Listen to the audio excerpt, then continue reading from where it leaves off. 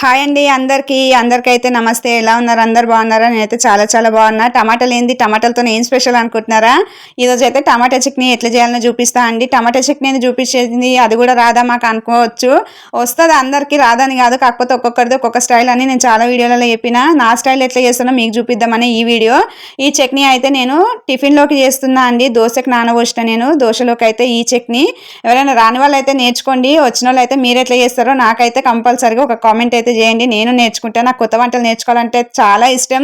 నాకు వచ్చినాయి మీకు చూపిస్తున్నా. మీరు నాకు చూపించలేరు కాబట్టి మీరు నాకు ఒక మెసేజ్ పెడితే నేనైతే తెలుసుకుంటా. ఓకేనా అండి? ఇప్పుడు చూద్దాం చట్నీ ఎట్లా చేయాలనో. ఈ చట్నీకి అయితే ముందుగా స్టవ్ ఆన్ చేసుకొని ఒక కడాయి అయితే పెట్టుకోవాలండి. కడాయి పెట్టుకున్న తర్వాత పల్లీలు వేసుకోవాలి. ఇది పల్లి టమాటా చట్నీ కాబట్టి పల్లీలు కొన్ని ఎక్కువే ఉండాలి, టమాటా తక్కువ ఉండాలి. ఇదైతే బాగా గుర్తుంచుకోండి. పల్లీలు అయితే మంచిగా ఫ్రై చేసుకోవాలి. ఫ్రై అయిన తర్వాత ఒక టీ స్పూన్ అన్ని జీలకర్ర, కొన్ని మెంతులు అండి. నేను చేతితోనే వేసుకున్న, కొలత అయితే తీసుకోలేదు. అవి తీసుకొని ఇట్లా డ్రై రోస్ట్ చేసుకొని మనం ఏ మిక్సీలో అయితే పల్లీలు వేసుకున్నామో అందులోనే ఇవి కూడా వేసేసుకోవాలి.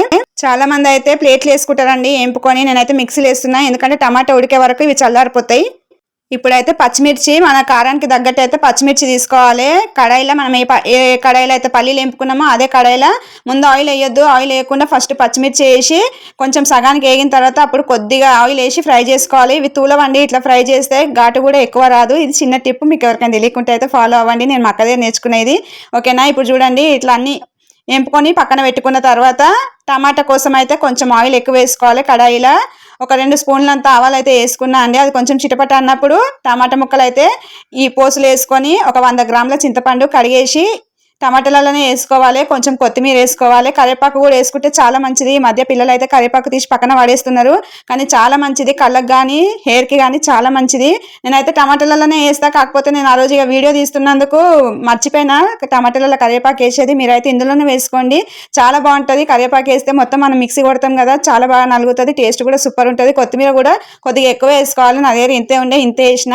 ఇవన్నీ వేసిన తర్వాత కొంచెం పసుపు అయితే వేసుకోవాలండి. పసుపు వేసుకొని మొత్తం అంతా ఆయిల్ పైకి తేలేంత వరకు బాగా ఉడికించుకోవాలి. ఎంత బాగా నీరు లేకుండా ఉడుకుతుందో అంత బాగా అయితే అవుతుంది చట్నీ. చాలా సూపర్ ఉంటుంది. అన్నంలోకి కూడా తినొచ్చు.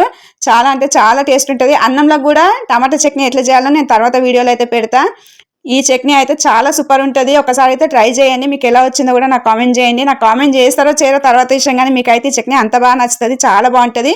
కానీ ఒక్క టిప్ అయితే గుర్తుంచుకోండి, పల్లీలు ఎక్కువ ఉండాలి, టమాటా తక్కువ ఉండాలి. ఇది మొత్తం బాగా వేగిపోయిన తర్వాత స్టవ్ ఆఫ్ చేసుకొని మంచిగా చల్లారబెట్టుకోవాలి. చల్లారిన తర్వాత వెల్లుల్లిపాయలు ఒక 5-6 వెల్లుల్లిపాయలు అయితే తీసుకొని మిక్సీలో వేసుకొని కొంచెం ఉప్పు అండి, మన టేస్ట్కి తగ్గట్టు ఉప్పు అయితే వేసుకొని ఇది ఫస్ట్ ఒక 2 సార్లు అయితే మిక్సీ పట్టుకోవాలి. ఎందుకంటే ఫస్ట్ సారి ఇవి నలగవు పల్లీలు. ఇట్లా ఒక తిప్పు మనం తిప్పుకున్న తర్వాత కొంచెం ఒక చాయ్ గ్లాస్ అని నీళ్ళు అయితే ఈ పల్లీలలో వేసుకొని మంచిగా అయితే గట్టిగా మిక్సీ అయితే పట్టుకోవాలండి. చూడండి, ఇట్లా గట్టిగా అయితే మంచిగా మిక్సీ అయితే పట్టుకోవాలి. మనం ఎంత బాగా మిక్సీ పడితే చట్నీ అంత బాగుంటుంది. మనం నీళ్ళు ఎక్కువ వేసేస్తే అది లూజ్ అయిపోతుంది, బాగోదు, చాలా చండాలంగా ఉంటుంది. మనం ఎంత మంచిగా మిక్సీ పట్టుకుంటే అంత బాగా అయితే ఈ చట్నీ వస్తుంది. దానికి తగ్గట్టు ఉప్పు కూడా కరెక్ట్గా వేసుకోవాలి.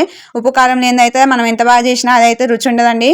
ఇట్లా మంచిగా అంతా గట్టిగా మిక్సీ పట్టేసుకున్న తర్వాత చూడండి, చట్నీ అయితే ఇట్లా రెడీ అయింది. చాలా అంటే చాలా సూపర్ ఉంటుంది. చూడండి, మిక్సీకి వేసినా సరే ఆయిల్ అయితే ఎంత బాగుందో. ఈ చట్నీకి మనం దీనికి తగ్గట్టే ఆయిల్ కూడా వేసుకోవాలి. చాలా అంటే చాలా బాగుంటుంది. తప్పకుండా ట్రై చేయండి మీరు. ఇదంతా ఒక గిన్నెలోకి అయితే తీసుకోవాలండి. ఈ చట్నీ అంతా ఇక మనము మిక్సీ ఉంది కదా, ఆ మిక్సీలో కూడా కొన్ని వాటర్ వేసి, కొన్ని ఎక్కువ కాదు, ఆ మిక్సీ కడుక్కొని ఆ నీళ్ళు కూడా అందులో వేసుకుంటే కొద్దిగా నార్మల్గా ఉంటుంది, వేస్ట్ కాకుండా అది. ఇప్పుడైతే పోసుకైతే స్టవ్ ఆన్ చేసుకొని ఒక గిన్నె పెట్టుకోవాలండి. నేనైతే చిన్న గిన్నెలు ఎక్కువ వాడతాను, నాకు ఇష్టం చిన్నవి. గిన్నె వేడైన తర్వాత అయితే ఇందులో ఒక 2 స్పూన్ల ఆయిల్ అయితే వేసుకోవాలి. ఆయిల్ ఎక్కువ ఉంటేనే చట్నీలు బాగుంటాయి. నేనైతే వంటలకు నూనె ఎక్కువే వాడతా, మీకు తగ్గట్టు అయితే మీరు వేసుకోండి. ఇంత నూనె నాని అనుకోవచ్చు, అందరూ అయితే నూనె ఎక్కువ తినరు. నేనైతే నూనె ఎక్కువ వేసుకుంటా అండి. జీలకర్ర ఆవాలు అయితే వేసుకోవాలి. కొంచెం మినపప్పు కూడా వేసుకోవాలని. మినపప్పు వేసుకుంటే చట్నీ చాలా బాగుంటుంది. పోసులు అయితే అందరూ అయితే వేయరు, నేనైతే వేస్తాను, నాకు ఇష్టం. మినపప్పు వేసుకున్న తర్వాత 3 ఎండుమిర్చి అండి, 3 తీసుకున్నాను నేనైతే. అవి ఇట్లా సగానికి తుంచి అయితే పోసులు అయితే వేసుకోవాలి. నేను 3 వేసుకున్నా, మీ ఇష్టం, మీకు ఎన్ని వేసుకోవాలనిపిస్తే అన్ని వేసుకోండి. 3 అయితే సరిపోతాయి. ఎక్కువ ఉన్నా సరే అవి వేస్ట్, ఎవరు తినరు కదా, పడేయాల్సి వస్తుంది. ఎందుకు ఆ బాధ, 3 వేసుకుంటే సరిపోతుంది చట్నీకి తగ్గట్టు. ఈ 3 వేసుకున్న తర్వాత అయితే అవి కొంచెం వేగిన తర్వాత కరివేపాకు అండి, కరివేపాకు వేసుకొని కరివేపాకు మొత్తం పచ్చివాసన పోయేదాకా కొంచెం అయితే ఫ్రై చేసుకోవాలి. ఫ్రై చేసుకొని ఇప్పుడు చట్నీలోకి అయితే ఈ పోసు వేసుకుంటే అంతే అండి. టమాటా చట్నీ చాలా ఈజీ, చాలా సూపర్ టేస్ట్ ఉంటుంది. మీరు కూడా తప్పకుండా ట్రై చేయండి. ఈ చట్నీ ఇడ్లీలోకైనా దోశలోకైనా దేంట్లోకైనా చాలా బాగుంటుంది. నా ఈ వీడియో మీకు నచ్చినట్టయితే ప్లీజ్ అండి ఒక లైక్ చేయండి. ఫస్ట్ టైం వీడియో చూసినట్లయితే ఛానల్ సబ్స్క్రైబ్ చేసుకోండి. ఒక కామెంట్ చేయండి. వీడియో ఎవరికైనా చూపించాలనుకుంటే వాళ్ళకి షేర్ చేయండి. ఓకేనా? బాయ్.